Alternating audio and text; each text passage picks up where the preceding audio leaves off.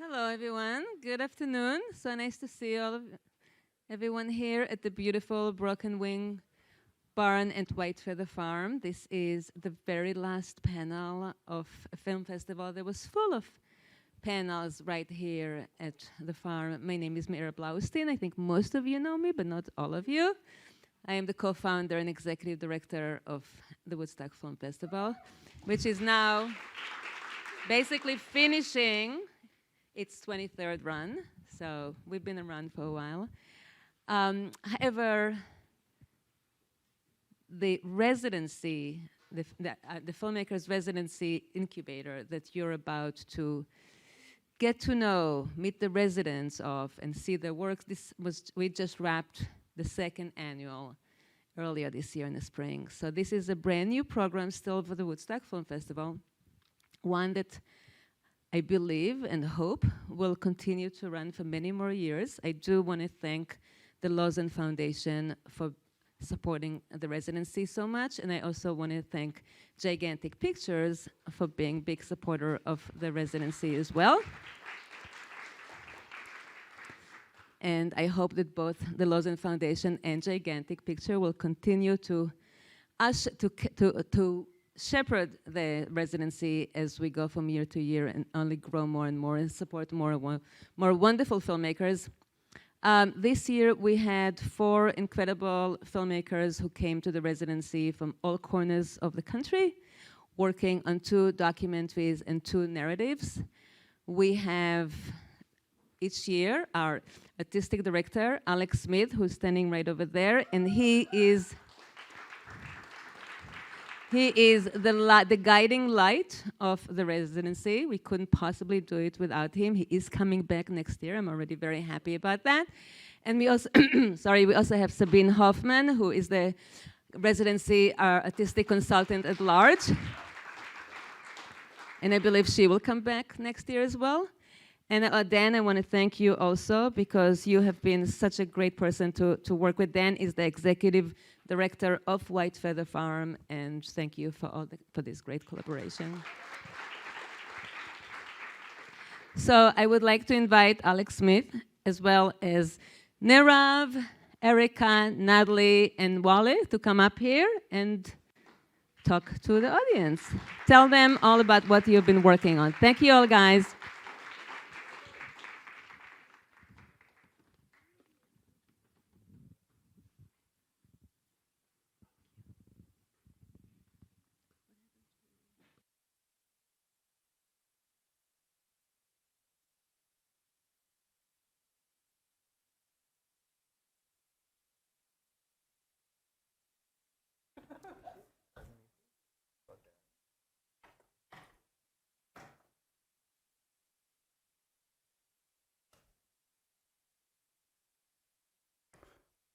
How's everyone doing? Good? Well, while we get plugged in, 9 years ago today was the first time I set foot in Woodstock. Meira programmed my second feature film, Winter in the Blood, and I came up here and had a wonderful time at the festival. Such a great time that I moved here. and for the last 5 or 6 years, I've been up here, living up here, and working with the festival, doing some teaching and some online teaching, some in-person teaching. And at some point, Meira came up to me and sort of said, "What do you think about doing an incubator, a residency with a bunch of filmmakers, and it's on a farm?" And I grew up on a ranch in Montana, so I'm like, it was like such a tremendous yes. And we try to build something that's sort of somewhere between the Sundance Institute and other. In the Rauschenberg Fellowship, these places I've gone to and gotten a lot of mentorship, a lot of support from. So we're trying to give back. This film festival is so great for showing content, as they were saying. Content's a terrible word. Such a great festival for finished films. We want to also be part of the making and of growing. And so it's at this incredible farm that we started this incubator. And this is our second year. The first year we had 4 wonderful filmmakers who are off and making their films. And then this year in May, we had these 4 come for the month, and they live in a house down the road, and they cook together and hang out together and go to the monastery together and go on walks together. We all hang out. We watch each other's films. We have an incredible group of guest mentors, several who are here tonight. I was trying to add up like the number of films that the mentors have made. It's over 100 feature films that our mentors have made. So the idea is to hear what they were trying to do, help them get there. And we wanted to do a part of this through the festival that was sort of a public-facing event where we kind of showcased what they're up to. These are work in progress projects, 2 documentary, 2 dramatic, and all 4 of them are extraordinary projects, wonderful filmmakers. We're trying to support diverse voices, a lot of social justice issues, and these guys have, I don't know, they have their voice. You guys are going to remember years from now that you saw them here. I think they're all really special. They have a lot to say. I'm going to stop talking and let them say what they have to say. So we're going to sort of take 10 minutes each with each of them to talk about their projects, and they're just going to kind of show a clip from their works in progress, and then I'll ask a few questions, and then open up to questions from you guys all. I do want to, before I hand over the mic, I want to echo what Mayra was saying. I want to thank Sabine Hoffman, who's been my sort of partner with Mayra on figuring out how this all works. In feature filmmaking, they say like 80% of the work is casting. So we work hard to find same with this, we work hard to find our residents, our incubatees, and then we just like get out of the way and let them kind of lead and listen. We listen. I've learned a lot trying to teach them. It's been really marvelous. But I want to thank Sabine, Mayra, Dan Gallant, either works. He's been really great this year, helping us kind of connect deeper with the farm. They'll maybe mention some of we'll get to the farm stuff in a bit. There's a couple other wonderful mentors. There's Brian and Brooke, sorry, thank you, who actually last year at the award ceremony, when we had the first 4 residents show up, or go on stage and represent, I overheard you saying, "This is one of the coolest things I've seen about the film festival." And I'm like, "Brian, talk to me." And he listened, and you guys have been a wonderful support for this, and so thank you. And then a huge shout out to Sarah Johnson for really helping make this whole thing come together. And then I have some of my mentors here. I have Pam and Paco and Rick, who have all been wonderful mentors with these filmmakers in the previous batch. And I also want to give a special shout out to Karen Goodman here, who has another wonderful residency. She's been very supportive of me as a filmmaker and providing a lot of nurturing. And in fact, she let me cut my last feature in her barn. So there's an amazing community of support here. I'm hoping that we continue to, what we do on the farm here, grow, support, experiment, and then, some mushrooms. So just kidding. No, I want to sort of a show and tell with their work, but also like trying to build connections, build help as they launch these amazing projects. So those are some of my thank yous. And Tina, I also want to thank, because she's been a huge, she's fed these guys and fed us in all these different ways. Big piece of the pie here. So that's where I'm coming from. Let's start with Nirav. Cool. Well, first of all, thank you all for coming. I really appreciate it. My name is Nirav Bhakta. I'm the writer-director of 9 Nights. Over the course of 9 nights, an undocumented and widowed Indian American mother takes a treacherous journey to reunite with her separated children by smuggling herself to the US-Mexico border. This screenplay, this film, is not another immigration film. It's not another border crossing film. It's a story, it's a human story about family, love, loss, and the resiliency of a dream. At the top of Act 1, Geeta arrives in Mexico City, where she is stripped of her belongings with only her body as her vehicle and her memories to hold on to for her sanity. When transported in the back of a moving truck, dark and dense like a greenhouse, she meets a special needs teenage girl, Andrea, and her aunt, Josephine, a former US veteran. They make a bond and they lean on each other to get to their shared destiny of America. When Geeta finally is able to call home, she learns that her children are at risk of being adopted by an ill-intentioned family member. Geeta takes action into her own hands and makes a deal with a new trusted coyote to reach home. As Geeta traverses through Mexico in Act 2, her mind wavers between the American dream she built with her late husband and the nightmare of losing her children. At a crucial moment of their journey to La Frontera, the American veteran she confided in gets kidnapped. Geeta, who is a complex and flawed mother herself, now has to make the decision to foster Andrea, who is a special needs teenager, to the border. She ultimately does make that decision reluctantly, and they form a really unique relationship from which they all both learn from each other. When their migrant group reaches their halfway mark, they stop to celebrate. Andrea goes missing. Geeta hears screaming in the desert night. The trusted coyote who was supposed to help them reach home turned out to be the devil in disguise. After Geeta fights off the assault, she is abandoned in the desert with a heavily injured Andrea. In search of help, dehydrated, exhausted, Geeta has a near-death experience. When help finally arrives, Geeta comes to terms with the grief of losing her soulmate and the imminent risk of forever losing her children and her own mortality. Out of despair, Geeta reluctantly calls home and allows her children to be adopted. But under one circumstance, if she does not make it home. In Act 3, when Geeta and Andrea arrive at the borderlands, moments before they're about to cross, Geeta and Andrea are met with the same smuggler who abandoned them.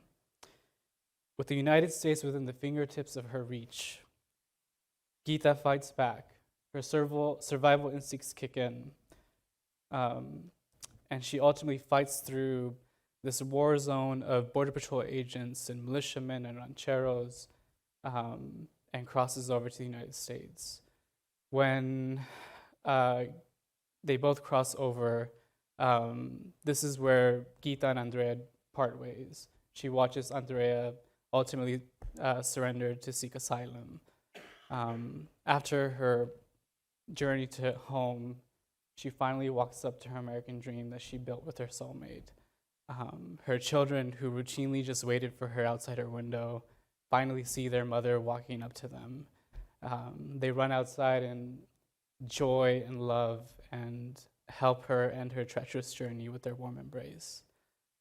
This story and the screenplay is inspired by true events and a true story from within my family's migration history. 9 nights is actually the amount of time it took my family member to reach home. And it also correlates with the 9-night Hindu festival of Navratri, which also takes place now, which celebrates good over evil and the goddess Durga and essentially motherhood. Visually, I want to make this film as one continuous take with the intention of bringing an audience into the mind and the psyche of a migrant on their journey. So I'd like to make this film weave between memory, nightmare, reality, and dream. And in addition to adding to the migrant psyche, this movement, this fluid movement, is also inspired by the festival itself. It's a dance festival where they dance Garba, and Garba is a Sanskrit word for womb. So there's like circular fluid movement. And here at the Residency, after a lot of feedback from all of our guest mentors, I decided to test out some footage. So, turn on a camera and start working. So I'd like to present 2 short clips for you all today, and I guess if we're ready.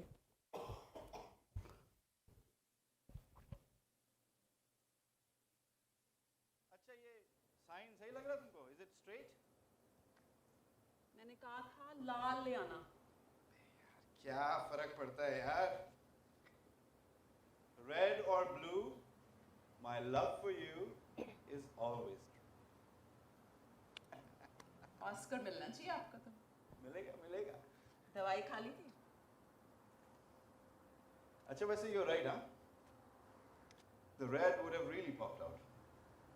मैंने तो कोई सुनता थोड़ी है अरे मैं सुनता हूँ ना यार, पति तुम्हारा.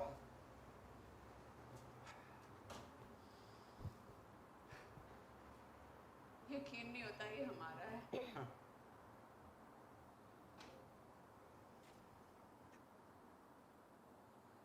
Partners. 50-50 For life. for life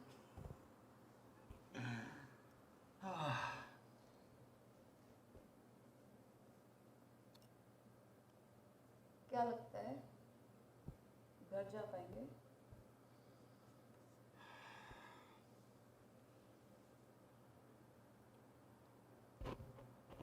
This is our home now.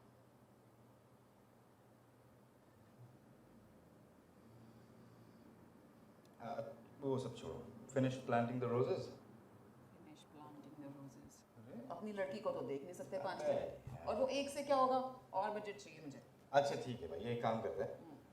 इससे यहाँ पे एक ट्रैक्टर ले आते हैं. ठीक है? And then we'll convert this whole thing into a farm and then you can plant whatever you want. Plan मत करो देख आ गई फिर तेरी लड़की. फिर आ गई. मेरी लड़की मेरी लड़की है वो. अच्छा This one's gonna be like. ये तो मेरी Next one is gonna be वो like तो what मेरी तेरी सास सास की पकड़- तरह अपनी माँ की तरह तुम्हारी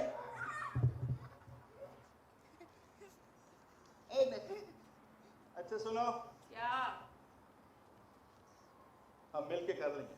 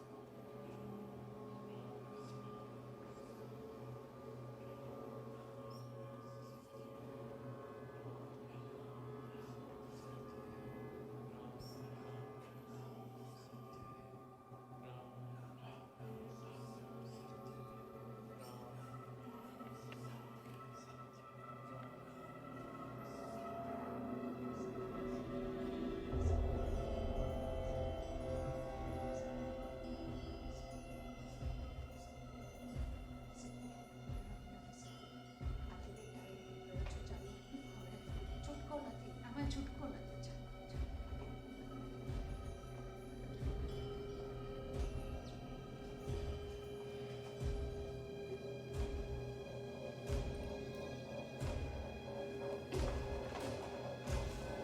U.S. Immigration, put your hands up. Put your hands above your head, now! Put your hands up.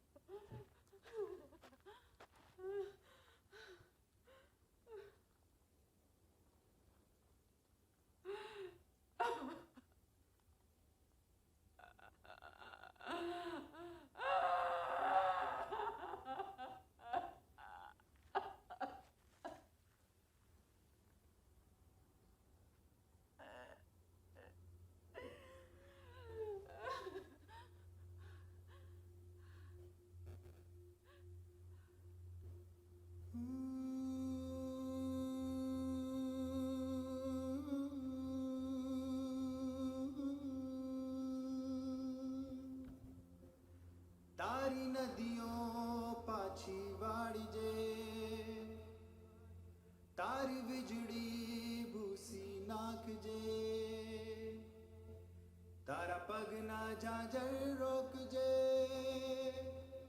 तारी केड़िए बावल रोप जे मावड़ी पासे मांग जे खाली रात रे सपना विनानी आखिरा सपना विनानी आखिरा सपना विनानी आखिरा सपना विनानी आखिरा सपना विनानी आखिरा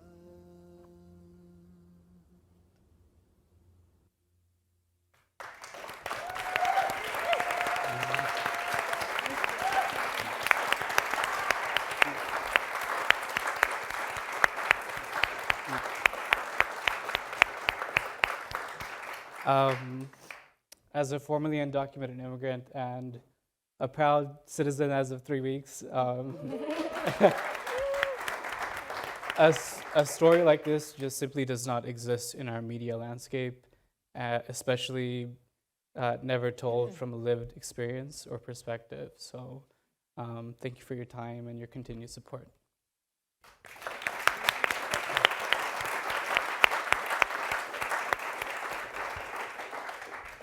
Just to be clear, that's a proof of concept he shot 3 weeks ago, right? Or like a month ago? Not even a month. Not even a month ago. In LA, he put together a team to kind of show us what he's imagining the movie to feel like, especially that one continuous shot energy. And so it's still, he's been, is that me? Only on a farm. Maybe it's a woodpecker. We're only on a farm. My phone. Sorry.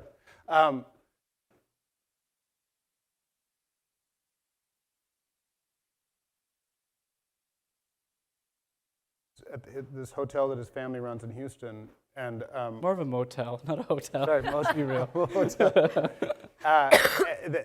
And he's been kind of, all four of them are sort of atlases. They've been carrying the world of their movie on their backs for a long time, and we were trying to help get them support here. And he went and shot this as a test. Got a whole team together. The one thing I said is you're gonna need a good Steadicam operator, but so we're gonna come back to all four, but I want to have each one of them introduce and talk about their projects, and then we'll kind of open up a conversation about where they are and what they're doing and what's happening next. But that was Nirav. Next we have Erica. Stopped right in time. It must be me. Okay. Hey, my name is Erica Nguyen. I consider myself to be a first-generation Vietnamese American and documentary filmmaker. Oh, no, it's good. And I'm based in New Mexico. Thank you, Woodstock Film Festival. Thank you, White Feather Farm, for allowing me to be here and be present with you all today. And thank you for coming. About a month ago, I realized a big life dream, which was to travel to Vietnam with my father and my brother and my sister. And what you're about to view now is like the start of this familial road memoir that starts in my hometown of Little Saigon, goes to the homeland and back again. My intention with this project is to create a reservoir that can hold these pearls of wisdom from the past and inform how to fully come home to ourselves now. And this is for all the families living in diaspora right now. So you can, action, please.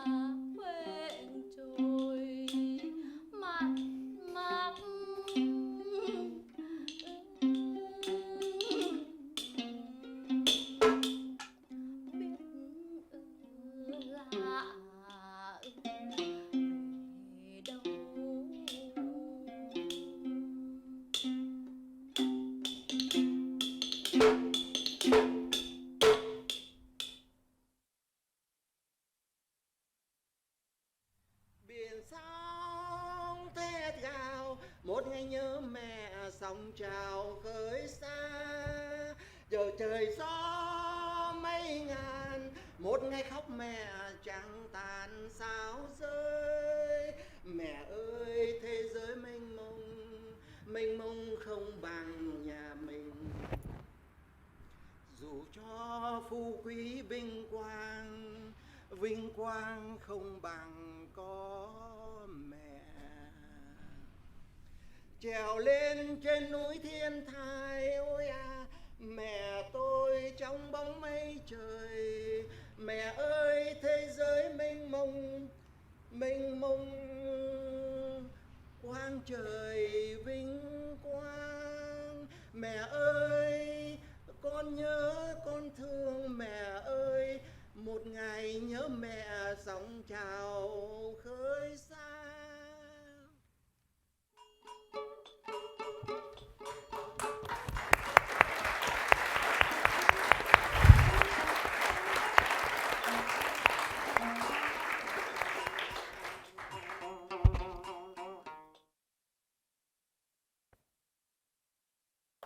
All right. So, like I said, it's a work in progress, as is some of the tech here, what's happening. But it's not quite supposed to be Chris Marker, Lodjet, sort of freeze frames. But this is just for you know, she just went to Vietnam for the first time. Was it July? I'll tell him. Oh, in sorry. August. No worries. Thank you for trying to recover that, and thank you for your patience with the kind of stop and go freezing there. I guess I wanted to start with kind of breaking down the word Vietnam a little bit. It relates to people from the South. That's how people think of it now, but actually the origins of that word have to do with crossing over, traversing and overcoming obstacles, and I feel like that really truly embodies the spirit of the Vietnamese people. The music that brings us into what I just showed you is traditional Kachru music, and it's like an 1820s kind of like household literary gem that comes from the Song of Kieu. And Kieu is this woman who goes through this range of transformations that are really wild to make peace with sorrow. So she's like a beloved daughter, then she's like, you know, a concubine in a green pavilion, and then she's the widow of a pirate, and she eventually becomes a monk. And my grandmother's generation would memorize this long-form poem to music. And so that's the Kachru music that we're listening to as we're watching my family kind of take this trip together. And my grandmother, like as she was transplanted in the US in her 50s with 8 kids, she really wanted to learn how to read and write out of loneliness and trying to keep it off in this strange place. And so she asked her sons to teach her how to read and write in Vietnamese, which they did. My father did that. And in her letters, she has the lyrics to these Kieu songs.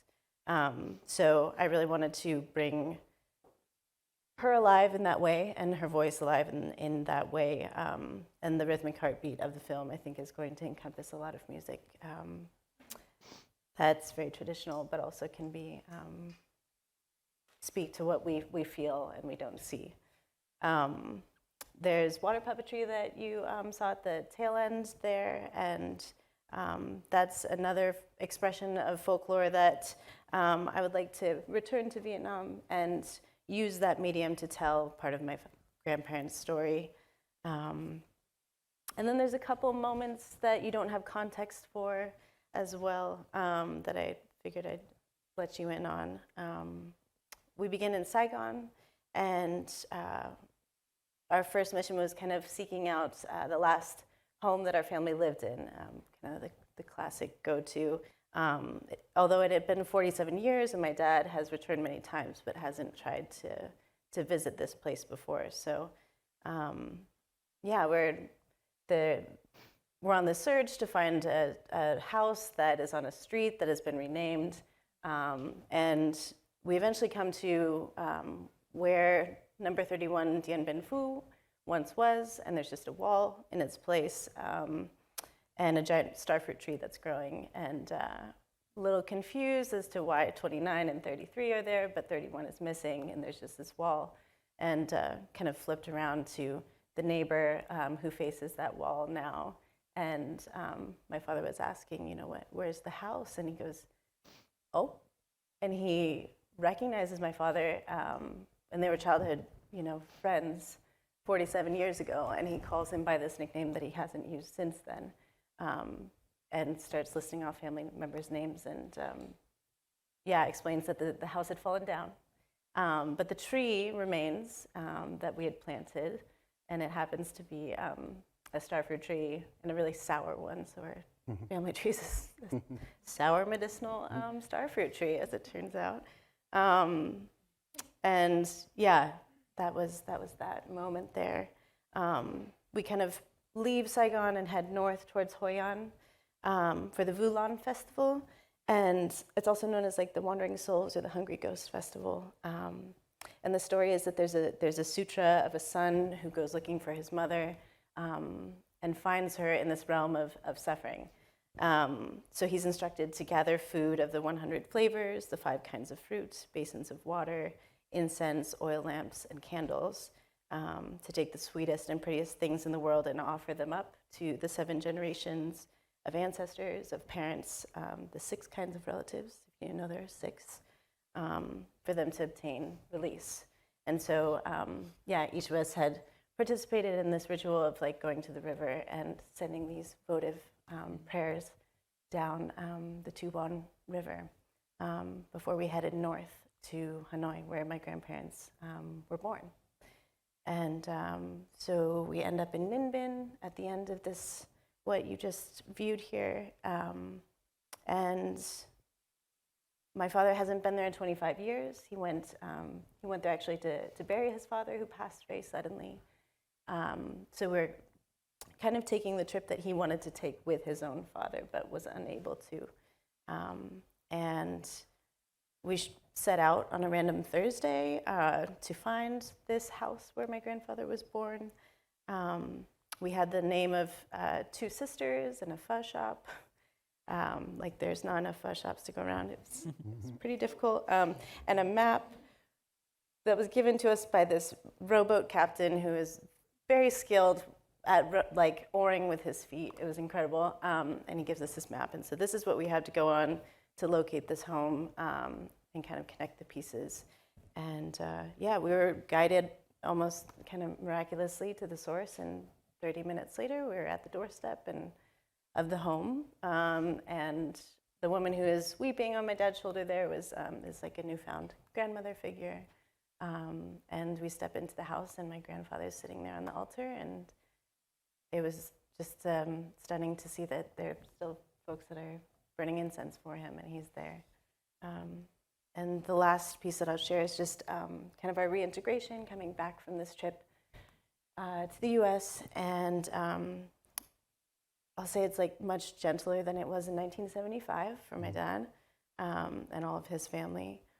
And we ended up in Little Saigon, where my dad lives, and the night market was in full effect, which felt like a really distilled version of all the elements that we had just seen. And I was so struck by the joy and the safety that this community has cultivated for itself and for us now to, yeah. And so I guess I'll just close with saying that may we all be stirred by the courage and flaws of those that have crossed over, that fought so hard for us to exist, and may they continue to hold the door open for our pathways to home. And thank you so much for being with us.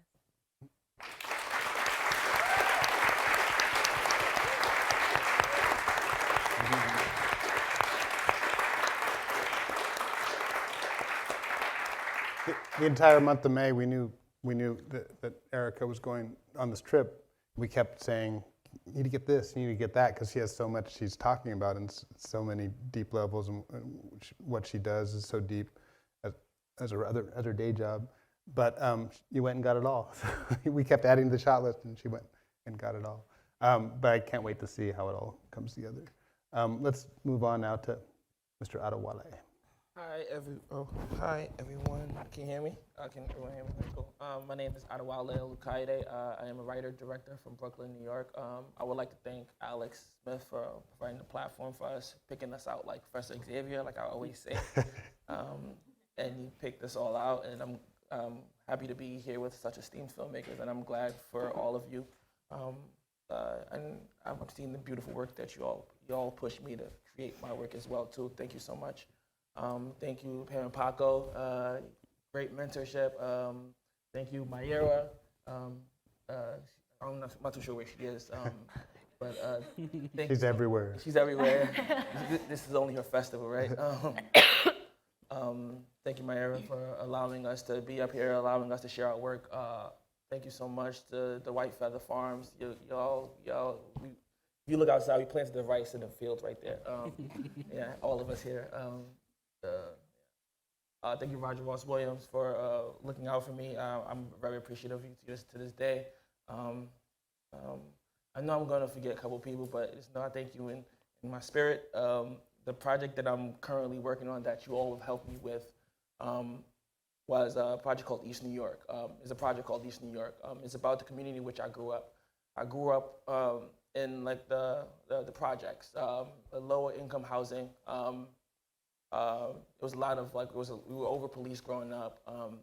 There's a lot of poverty, but that's not what my film is about. My film is about people, the people who live in the community. It's about radical acceptance, because you see the people in the film, you'll see that they are surviving in spite of like a cricket system that like is out to get them, and they find community in the fact that they don't have, but they do have. They have love. They have compassion. They have jokes. You whatever you watch there, you'll see that like the people like love to laugh. They love to gather, love to be next to one another, because it's pride in the community. That's what my project East New York is about. Let's hit the first story, please.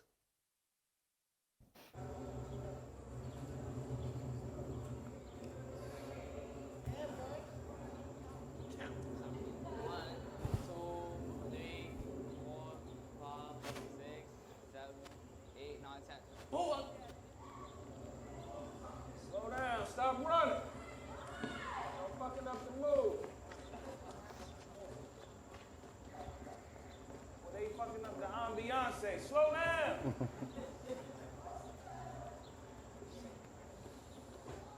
Oh, wow. What's up, guys? Where you going? Hey, what's up, everybody? Good afternoon, everybody. How are you today? What's up, folks? Good afternoon. All right, how's everything? How's everybody? Hey, man. Good afternoon. How you doing? What's going on? You good? How's everything today? I'm moving all right. It's a Everybody having a good lovely night? afternoon. We are. Beautiful day today. We got a call about fireworks. You know anything about that? I don't know nothing about fireworks. Okay. I don't know anything. No, huh? I think I believe it. What you got to do? Nothing. Refreshments for me and my friends, officer. Okay. Would you mind if I take a look? Actually, I would mind. Well, what can I say? Hey, man, chill. I want to do this. Okay? Let's do it. We can do one of two things. I can take a look at it right now, and that's it. Or I could shut this whole party down, get the priest in here, and I'll still take a look at that. Just make life easy on yourself, all right? What do you want me to do? Real tough. We're gonna take. I'm just a regular person. Man, go ahead, man. Wow. Oh, look at this. Block pistol. Felony 3. They're legal. They're legal. Felony 3, not Red explosive. rockets. They're legal. Felony 3. You must Okay, like take- number they're 3. legal. Not explosives, especially when there's kids around here. So again, we're back to two things again. I could take this with me, or I could shut this whole place down and still take it. What do you want me to do? We're gonna take. Okay, thank you very much. Everybody enjoy your day. Fuck you. Thank you. Always do this shit, man. You always fucking do this shit. Some bullshit. I don't know. She never comes to this neighborhood.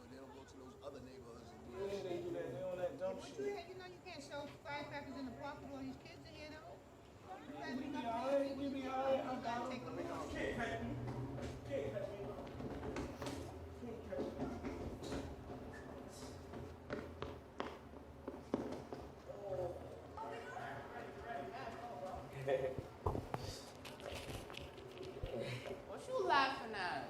You an ass or you mad slow? Be quiet, African. Okay.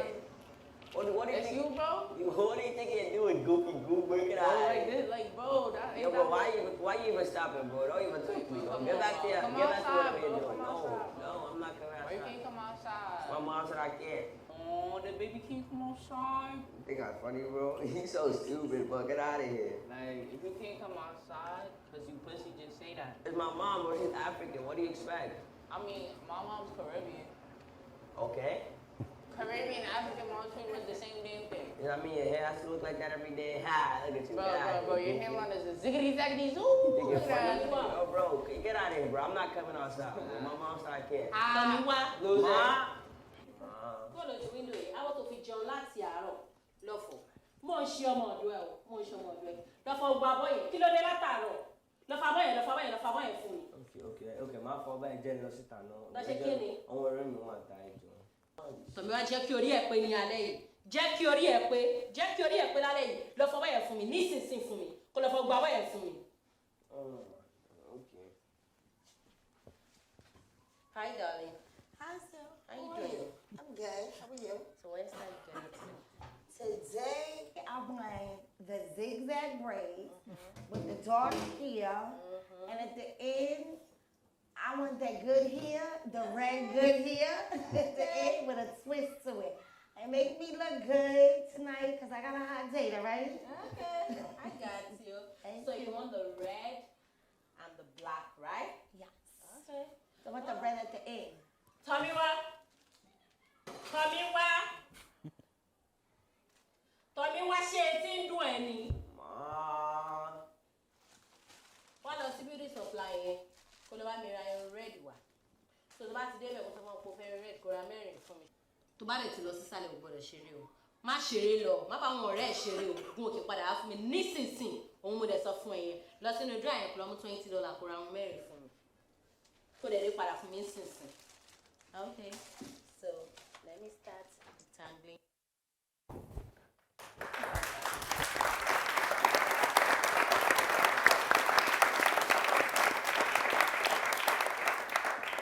Yeah, thank you so much for viewing. So the thing that like Alex kept telling me during the shoot was find it in the shoot because I already had one. Okay, one back. So East New York is a story. It's 3 vignettes that take place in one neighborhood on the same day, right? I already had the first story. The first story represents the first stage of my life in this neighborhood, which was initiation. Alex kept telling me, because I had 2 other stories that were based on escape, when I had to leave the neighborhood. And the third stage was when I had to return to the neighborhood. And Alex kept telling me, find it in the shoot. Find your stories when you're shooting, because I didn't have it in May. The first story is initiation. The character we see, Tomiwa. Oh yeah, this is the B-Wold's neighborhood, I'm sorry. The character Tomiwa, initiation, he's the person who wants to be a part of everyone. He wants to be part of the group inside this neighborhood. So when the fireworks go missing or get stolen from the community, they go to across party lines in New York City, boundaries. East New York is next to Howard Beach, which is a predominantly Italian-American racist neighborhood. Black folks from East New York can't go over there. Tomiwa sees people on the other side of the gate because we're blocked off by a fence. Sees people over there with fireworks, and then he gets the idea to go over there to get fireworks. So he enlisted some of his friends to go over to Howard Beach to get fireworks. In the process of doing that, they're attacked or chased by people from the community. Tomiwa, fresh face into the community, has to go to the community to get their help. And this is the first time he gets a sense of a community. And that's the first story. Though this is a love story to my neighborhood, there's also a critique to my neighborhood. Because the second story takes place with someone named Patrick. He was in the shoot while he was helping. He was helping us very small amount, but like Patrick is a gay man who lives in this community. East New York is predominantly, it's like we're like, there's still some conservative aspects of this neighborhood. They're homophobic. Patrick is dating someone with mental health issues in the story. When the fight spills outside, the neighborhood has to decide whether they want to break up a fight between two men or scoff at two lovers. And that's the second story. I'm not going to give it to you because I'm still looking for funding. The third story is about return. On the shoot, Munir brought me this person in a community. I didn't know him growing up. I grew up in this community, but there was like, everyone kept talking about this guy named Uni. I never really paid attention to Uni growing up, right? But like it was like one of those things like, oh, Uni, everyone that brings up and be like, oh, Uni would have did that, Uni would have did that. When we were shooting, there was someone who was helping us out in the shoot. His name was Uni. I didn't know who he was, but I heard of him growing up. He was away for most of my childhood because he was away in prison. He got recently released, and he saw the movies, and he just automatically gravitated towards it. Uni is he's been locked up for 18 years. The story I made for my third story, which represents return, is Uni, a recent convict, also someone who works at who works as a barista in the coffee shop, a new hipster coffee shop. He falls in love with one of the patrons, people who comes into the shop, and she is how to put this? She is like the new people who live in the community. She's one of the newish people who live in the community, but she's black, and like she's like represents new money, Uni helps her when her laptop gets stolen, finding through the geolocator. So he searches in the neighborhood, uses his contacts to help her get her laptop back. When he realized the geolocator is going towards a community, another place in East New York, is borders like Brownsville, the site of what happened in his past, the reason why he went to jail in the first place. He can no longer see what happened because the neighborhood has changed so much that his sense of direction has changed. He doesn't know where he is. I'm also not going to give you the end of that neither, because I'm looking for funding. But the three themes of this is initiation, escape, return, all under the guise of radical acceptance. Within this neighborhood that I grew up in and grown to love. It's a love story for my neighborhood, but it's also a critique of my neighborhood. The reason why the story means so much to me is because I grew up here. My sense of values came from here. I had to unlearn some of the stuff that I've learned from here. And though those people don't have much, what they're lacking is a sense of foundation for the arts. When I was shooting this, the what I call cut, and it was like a martini shot, I was done. A group of kids came up to me, and they were like, "How do we get into the arts? How do we do this? How do we do that? How do I get into acting class? How can I be in your next film?" What I want to do is create this community within this, create a community of film and the arts within this community, and that's my goal for this film. Thank you all so much for listening to me. Thank you all so much for Woodstock Film Festival.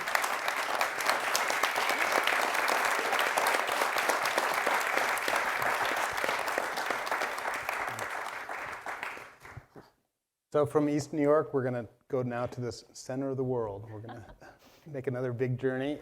We'll circle back on all these projects, but Natalie. Thank you so much for being here. And I'm in a bit different stage. What you're about to see is 5 minutes of a 10-year journey for me. And this residency, thank you so much, because I was supposed to go back for my final production trip to this place. I'm not going to say too much about it. In January, after the borders have been closed for 2 years, and they closed after the first flight in with missionaries brought COVID to this place. It's so remote, they didn't have it the whole time. And so they closed them again, and that was really hard for me, so I went back to this story, and I was cutting this, and this opportunity came to come here, and I really believe it was meant to be this way. It was like this divine intervention, because if I had had it my way, I would have been there and been done. But this film is different because I was here with all of you, so thank you. And after I went, the first flight in on August 11th, and I went with like a sense of purpose and clarity, and I knew exactly what needed to be reframed. And that was a month of us all talking and listening. And you're really generous, and I'm the emotional one in the group. I was always crying. And I'll say more after, but I went also, and I don't see these people I'm working with as subjects. They're really my collaborators. And I let them when I went, because I felt such clarity just guide this. So the end came, after this residency. And I believe this is the ending. And you'll see a hint of that in this preview. I'll say a few more words about it after you watch it, but if you can roll it, that'd be great.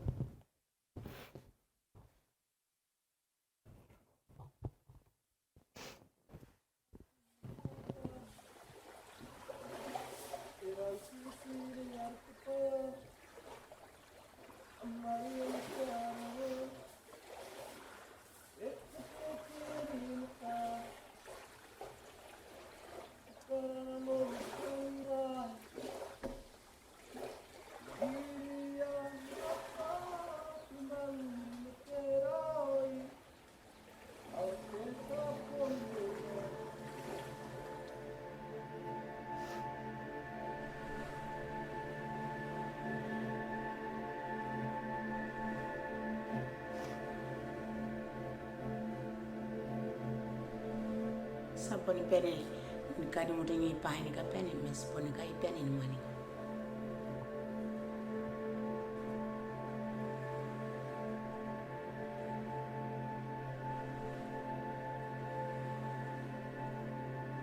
Apon nang ni mais itoy. May saraputan namin.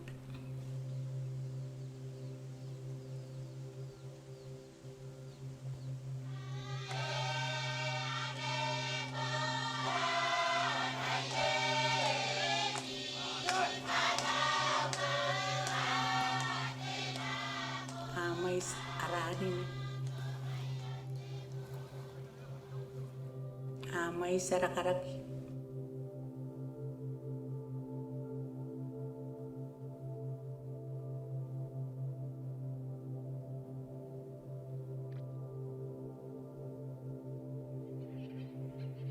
May sinapiara kurak.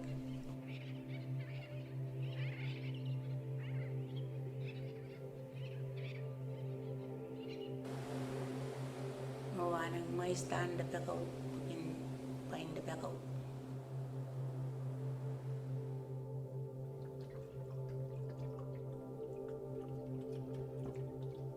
Mawanang may sarangan na konbay ka.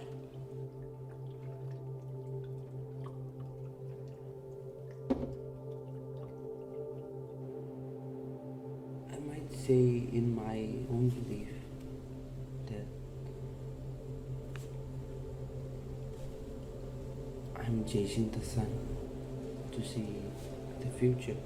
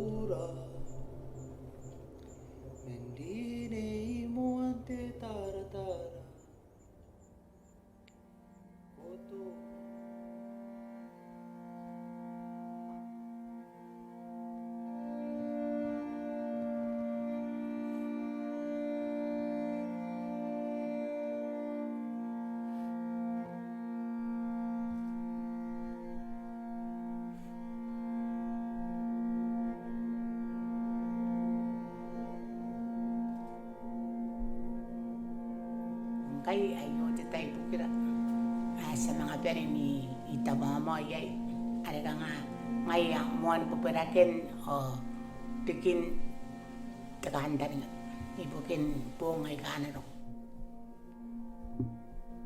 otere muan titamaro at tiyang way kanaro na pa si sunimekin nan tayo na ni itamama metemen no temen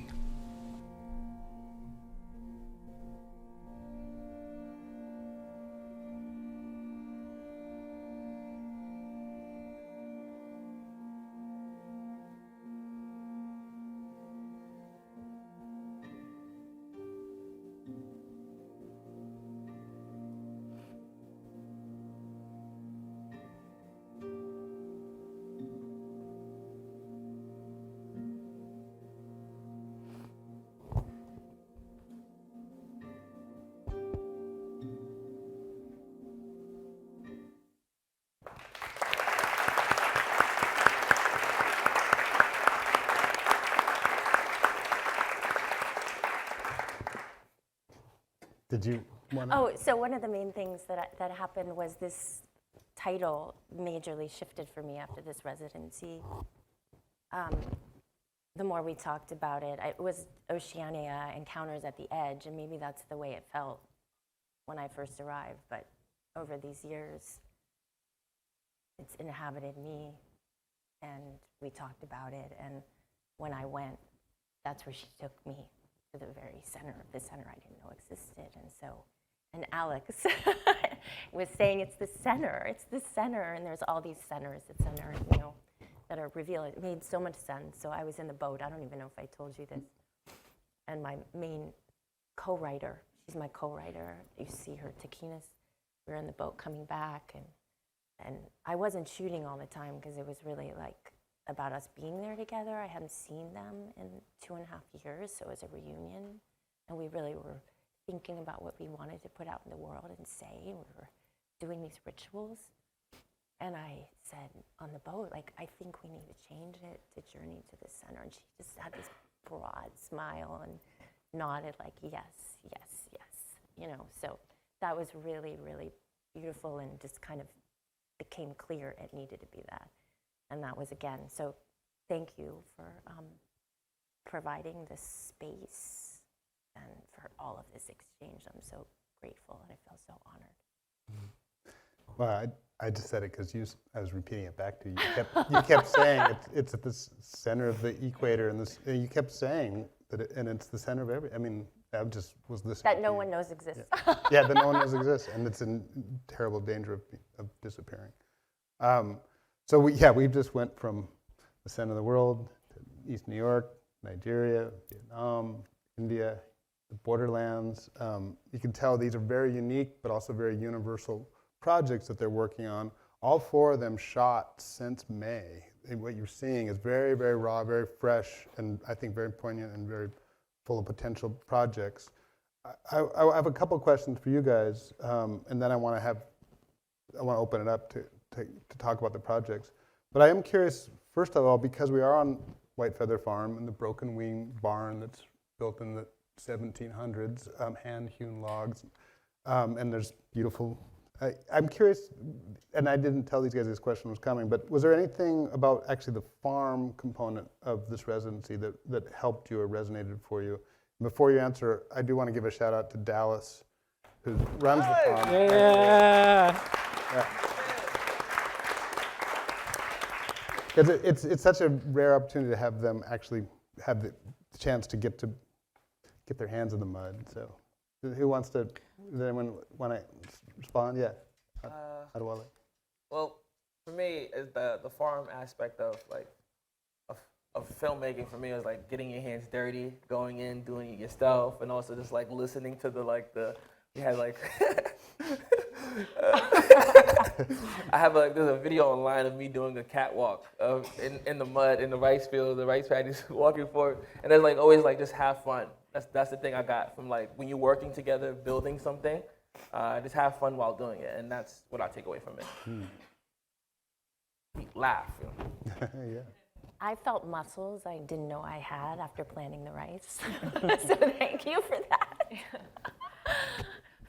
Yeah, I mean, it was kind of like, it was a very fitting act to be like planting rice and about to go home for the first time ever, and just the posture, you start inhabiting, something that's very old and deep and seated someplace that you didn't necessarily know, and it came very naturally. And just to see it now grown and ready to harvest, and this reunion of like viewing our thing. And thank you so much you're the first folks to see this outside of our brains. So thank you so much. A lot of cyclical journey is happening right now. So. But you will eat our rice, though. We only have 50 pounds. For me, as Alex mentioned, like over the pandemic, I was isolated at my family's motel, and coming to the residency, I actually had no idea what the residency was about. All I knew that it was attached with a farm, and I saw some other filmmakers playing with chickens, and I was like, yes, that's what I want to do. But I think I was holding on to so much tension and whatever it was of that 3 years of being isolated. And I think when we got our like feet in the mud and we were, you know, getting the rice patties ready, I walked away just like, when we rode home that day, I was like, wow, like this feels really good. So for me, it was like a release. It was like a healing moment that I wasn't expecting. So thank you, Dallas. Mm-hmm. Yeah, I asked them what movies they're going to see, and they're like, we're going to go check on our rice first. we planted some rice a few months ago, and then we'll get to the movies. The other question I had, we've both years we've had a lot of mentors, both local, because there's such an incredibly rich vein of filmmakers in the upstate region, the Catskills, that we tapped a lot of local filmmakers and some non-local. We had first year Mira Nair, and we had Rodrigo Garcia this year, who's here with Ray and Raymond. Maybe you guys, someone saw that. But I'm curious for you guys, there's a lot of amazing mentors, like I already mentioned, several of them here today. Is there any moment of mentorship that helped, I know I'm throwing these at you, but that helped sort of crystallize something on your projects, or something you want to speak to on the mentorship side? We've talked about the farm, but anything popping for you guys? Yeah, I think a couple of moments for me. One was I had this really ambitious idea that I think people were like, as a first-time feature filmmaker, maybe just calm down a bit. But when we spoke to Alyssa Fedorov, I think I walked away just having confidence and saying, okay, no, like I can tell an immigration story. It's not, you know, I can't always think about, oh, what's timely, what's not timely. Like, this is my truth, and I can speak of it.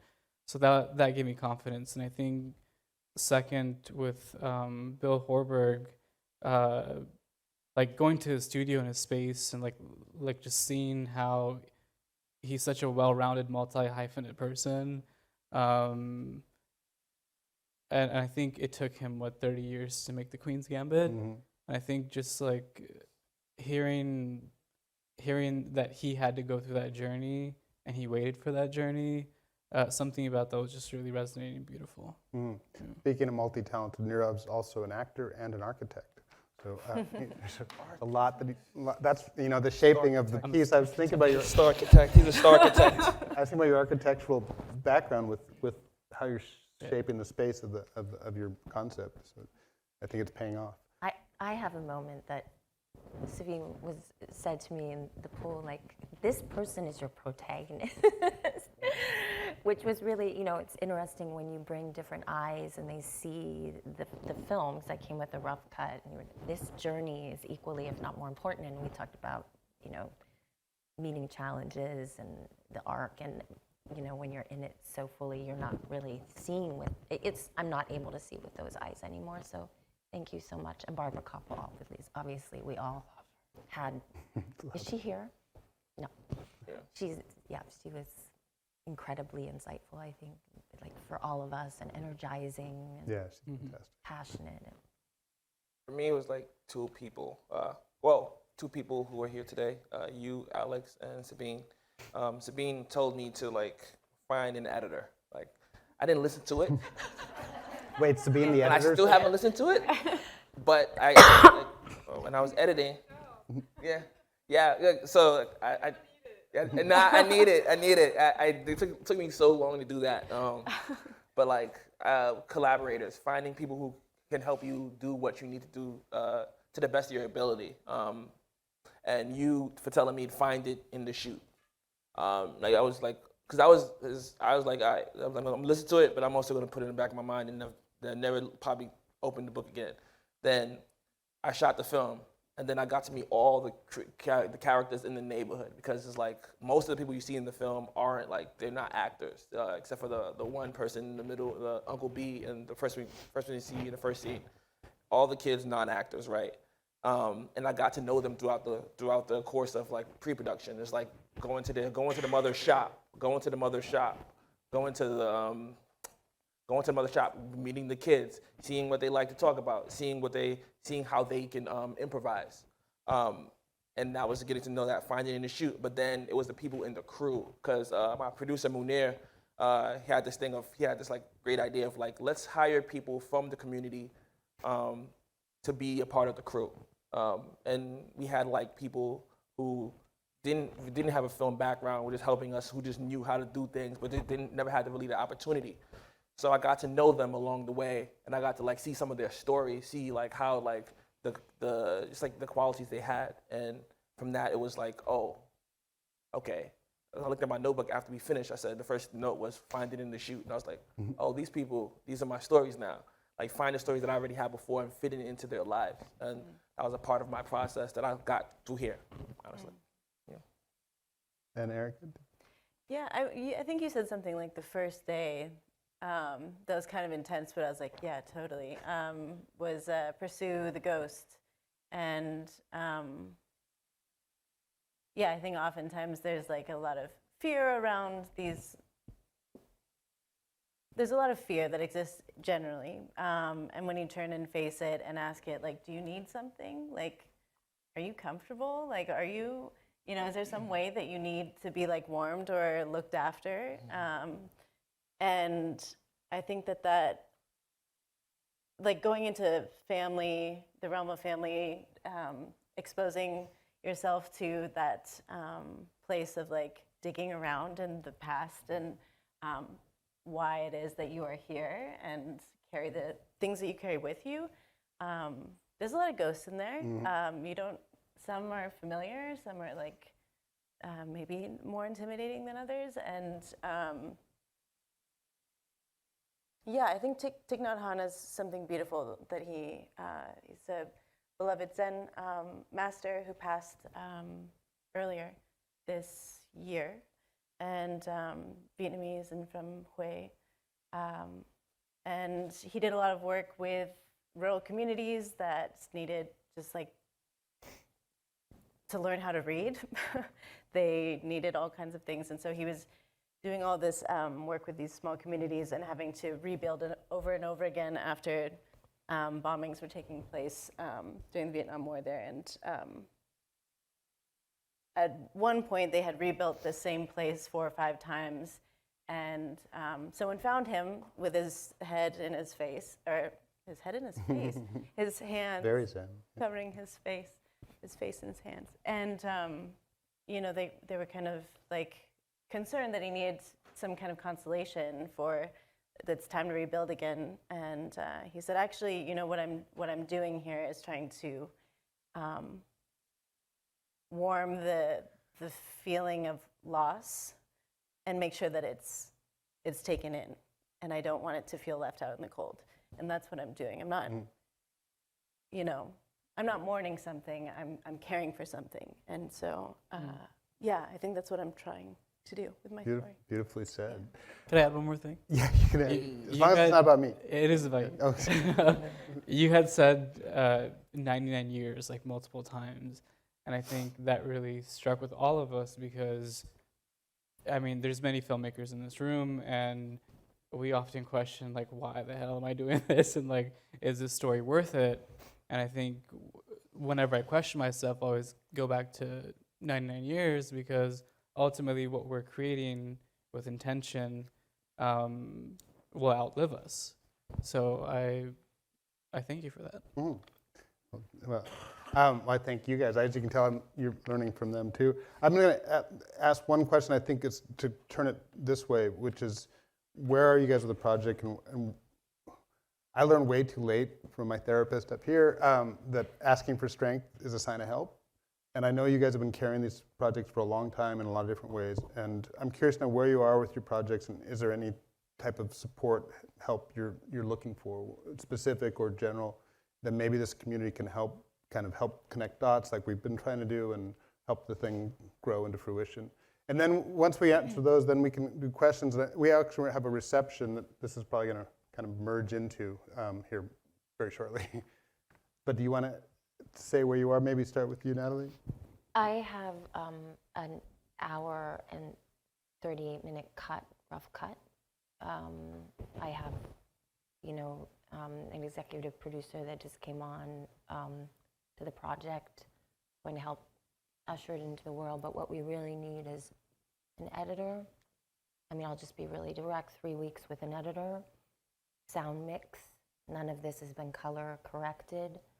I have a composer lined up. So we need post money to get us through post. But the film is has no, its production's done, and I have been working with story consultants and editors, and I've done multiple passes, but you all, going back to your previous question, said I cannot edit this to fine cut picture lock, and I can't. And so that's what I'm looking for. Thank you. I need money. No, seriously though. So you got a grant for the first? Yeah. So the grant for the first vignette was provided by the Princess Grace Foundation. They gave me $35,000 to complete the first 25 minutes of the film. I need money for the second story and the third story, which completes all of it together. And that's pretty much it. Also, I need an editor, an assistant editor, honestly, because Sabine said so.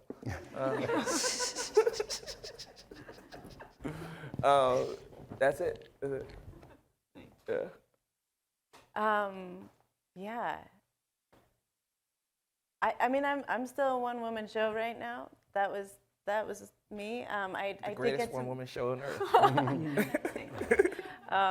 Yeah, I mean, I could use a producer, I could use an editor, I could use anyone who will help. I was really grateful to have a timely grant show up at the end of the residency from Ghetto Film School, their Mythical Creators grants, which allowed me to update my camera, which needed it badly.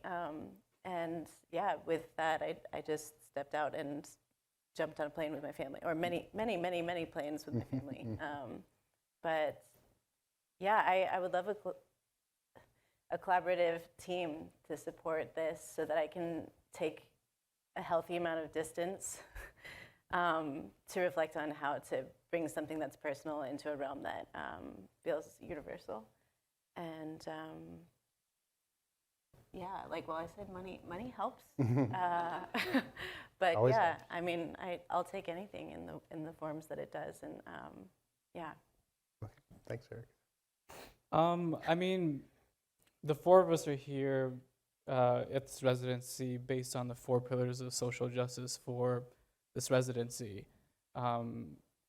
which is amazing. But I think in order for social justice to happen, we need the support to actually go into the world and share our perspectives.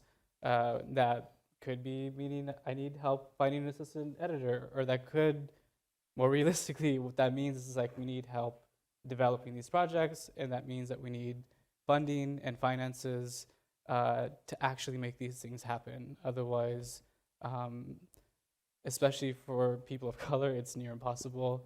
It's always jumping hoops and loops to kind of undo many of the systemic things that weigh us down. So for me, I am at a healthy first draft.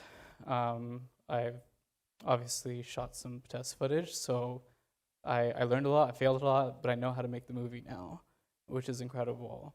But yeah, I'm looking for a creative producer. I'm looking for an executive producer. Yeah, trying to make this movie, y'all. Yeah. But you can see they're all spectacular humans and working on really worthy projects. And just, I think should we move into reception, or it's a time, right? So now there's some food and drink, and we can mix and get out of the formal and get into the informal, and let the farm energy feed us. But thank you guys so much for your attention. I'm just so happy with these guys.